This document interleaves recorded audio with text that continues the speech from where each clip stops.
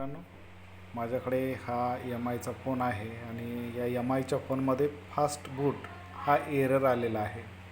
हा एरर आपल्याला कसा दुरुस्त करायचा तो आपण घरच्या घरी दुरुस्त करू शकतो. प्रथमतः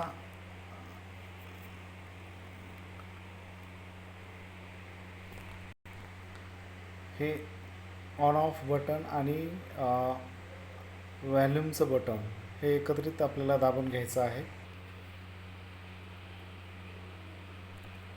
हे बटन दोन्ही बटन एकत्रितरित्या एक 5 सेकंद दाबून धरायचे आहेत. हे धरल्यानंतर आपला फोन स्विच ऑफ होईल आणि त्यानंतर आपल्याला ऑन करायचं आहे. ऑन केल्यानंतर आपला फोन चालू होत आहे.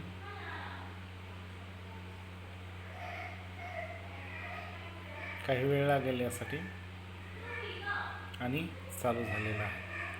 आपण बघू शकता हा फोन चालू झालेला आहे.